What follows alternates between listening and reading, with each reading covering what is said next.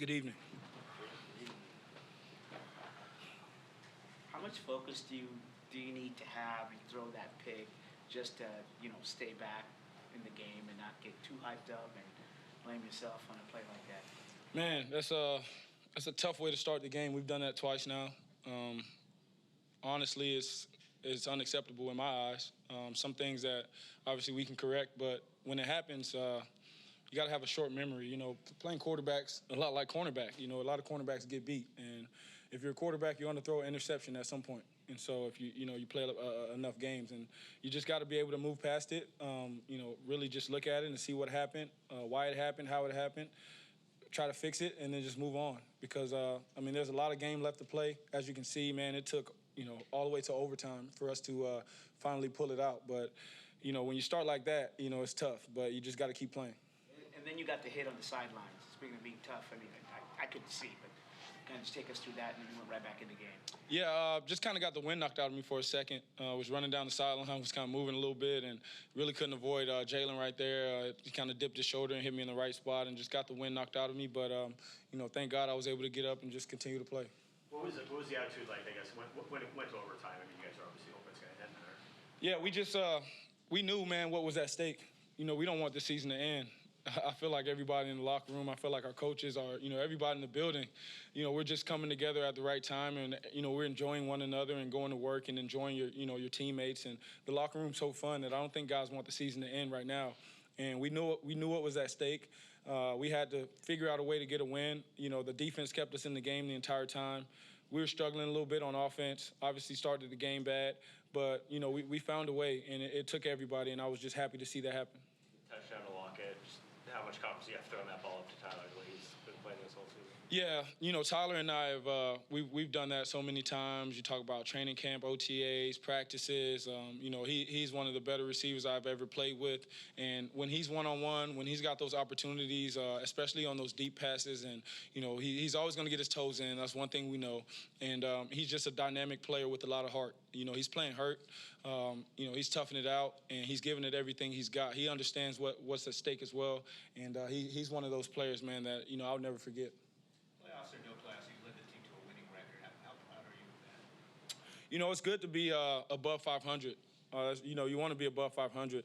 Wish we could have done a lot better earlier so we can get, 10-plus wins. But to give ourselves a shot at the playoffs, to be above 500 with a young team who I believe pretty much everybody wrote us off, right? It speaks volumes to our head coach. Starts with our head coach and our GM. Starts with our front office, our ownership. And then you talk about the players in the locker room, the leadership, the type of guys that we have. We have the right amount of guys in the locker room, the right character guys, the right talented amount of talent in our locker room. And, man, it just speaks volumes to our leadership. We got the right guys, and we just got to keep going. Were you watching when that interception happened? Quandre's in overtime, or were you busy getting ready for the next drive? No, I feel like I had a direct view. Like, I was sitting down on the bench, and I kind of look up, and I just see Quandre jumping in the air and catching the ball over his shoulder, looking like a wideout. And that's something that he's always done, man. Like, go back to our time playing at Texas when we played him. He was one of those players I was watching on film. Like, man, you got to watch out for that number 6. And he's carried that throughout his career. He's a ball hawk. That ball's in his area. He's going to get it. And, Quandre's one of the best defensive players I've played with, but also one of the best teammates I've ever had. What's it going to be like for you now these next few hours watching that game? I'm going to take my girl on a date, actually, and try not to watch the game. I'll be hoping for updates. I know people will be texting me, but, I'm preparing as if we're going to, play a game next week. And then, if not, then, hey, it is what it is. What do you make personally of the regular season that you had? I think, obviously, I've done some things that were really good. And then knowing myself, I'm going to, whenever the offseason does come, hopefully, long time from now, but I'm going to be super hard on myself with some of the decisions that I made and things that I did that weren't great. So, obviously, it's good to lead the team and play 17 games. That was my main goal, is to lead these guys and to play 17 games. And, I knew what I could do on the field, but, I know I can be better as well. So that's where I'm focused on right now. You just completed one of the best single seasons quarterbacks ever had for the Seattle Seahawks. What does that mean to you? Obviously I'm grateful for the opportunity, grateful for my teammates, all the guys that contributed, all the wideouts, the tight ends, the running backs, especially the offensive line. Shane Waldron, one of the best OCs in the game. Being able to have Coach Carroll and this type of leadership and this type of ownership, it means a lot. It means a lot, and that's really where it's at with me. The accolades, the stats, and all that is just a part of it. But being a part of this team, being able to play with the guys and go out there on the field and battle, every single week is what's more important to me. You haven't had, I don't have to tell you, you haven't had a multi-year contract since your rookie deal. At this point, do you want to go to free agency? Or if you had a perfect roadmap for how it's going to go between now and March, what do you want? Shoot, man, I hope March doesn't come. I'm focused on football right now, but the thing is that it's a business. Football is a business. A lot of people have a lot of decisions to make, and that's where I'll leave it at.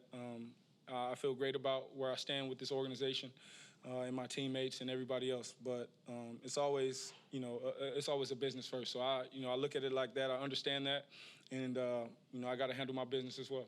What was the feeling like at halftime? Obviously, the second quarter didn't go real well for you guys. And then you come right out and lead them down the field with the Tyler touchdown and everything right after that. Yeah, it was, halftime we got together and said, hey, man, we know what's at stake. It's honestly probably one of my worst games, this year. And regardless of the stats or what was going on, I was in it to win it. I was going out there. I was ready to lay my body on the line, do whatever it took to win. And that was the message at half. We got 30 minutes to go out there and, write the story for the rest of our season. And I know every single guy, wants to continue to play. And so we just stayed locked in and came out with that fight and exactly what we needed at the right time. I know you told us a few weeks ago you felt like you were getting too aggressive at times. Was that first pick, was that a moment like that? This is a game you were obviously hyped for. You really wanted to go out and win. Is that one of those moments, or was it Jalen make a good play? How did you kind of view it? Yeah, I view it as, that's one of the best cornerbacks in the game, and he showed us why on that first play. It was the exact coverage we wanted. It was the exact look, the exact leverage, and he undercutted it and made a tremendous play. And that's why he, is one of the better ones. He does things like that. But it's always process over results. And so in that process, I was doing the right thing. Obviously, the interception was not the result we wanted, but the process was in the right mentality. And so when you have guys like that on the other side, you just got to be a little more mindful of the throw and where you put it. Did you have any issue with Jalen's hit on you at all? Or? No, I thought, it was a bang-bang play. I didn't really get a chance to, see it. Obviously I'm running, but I thought it was a bang-bang play. He dipped his shoulder, and, it happens. That happens almost every week in football. Raining all day, was it a factor in throwing a wet ball at all? No. I felt pretty good out there. We get used to playing in the rain out here. We practiced in it on Friday. And then, I just felt good out there no matter the circumstances, rain, wind, snow. I played in a bunch of different elements at West Virginia, so it's got me ready for these situations. Anything else? Thanks, man. Thank you, guys.